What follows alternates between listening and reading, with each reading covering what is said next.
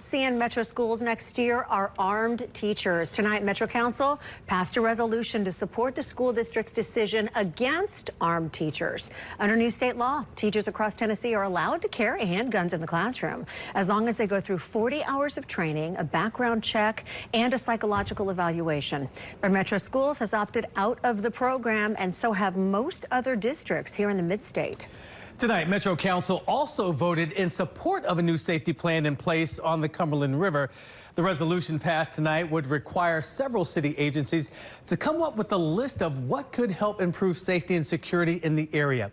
City leaders have also proposed better lights and more cameras on the riverbank in the wake of college student Riley Strange's death earlier this year, as well as moves to address litter and homeless camps in the area. Fort Campbell